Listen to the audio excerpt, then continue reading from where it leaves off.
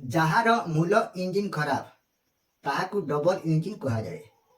ଓଡ଼ିଶାରେ double engine ସରକାର ଆସିଲା, ଭାବୁଥିଲେ ଡବଲ ବିକାଶ ହେବା ବୋଲିକରି, ହେଲେ ଓଲଟା ପଲଟା ହେଇଗଲା। କହିଥିଲେ 300 ୟୁନିଟ୍ ଆମେ ଫ୍ରି କରିବୁ ବୋଲିକରି, ତା ବଦଳରେ ସ୍ମାର୍ଟ ମିଟର ଲଗାଇବେ ରାଜ୍ୟ ସରକାର। 3100 ଟଙ୍କା ଧାନ କୁଣ୍ଟାଲ କଲେ, ହେଲେ କଟନି ଛଟନି ଚାଲିଛେ। କ୍ଷୁଦ୍ର ଚାଷୀ ନାମମାତ୍ର ଚାଷୀ ଠିକ୍ ହିସାବେ ମଣ୍ଡିରେ ଧାନ ଦେଇ ନାଇଁ ପାରବାର।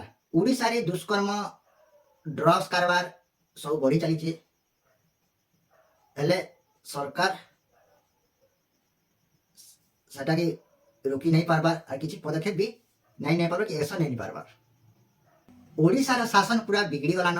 ଡବଲ ଇଞ୍ଜିନ୍ ସରକାର ଆସିଲା ସତ କଥା, ହେଲେ କିଛି ବି ଉନ୍ନତିର କିଛି ଦେଖାଯାଉ ନାହିଁ, ସବୁ ତଳକୁ ଖସୁଛି।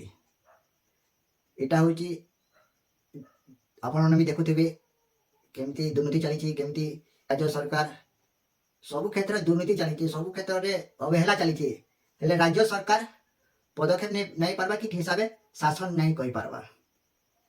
ଏଇଟା କାହାର ଭୁଲ? ଆମର ଭୁଲ କି ସରକାର ଭୁଲ? କାହାକୁ ଦୋଷ ଦେବା?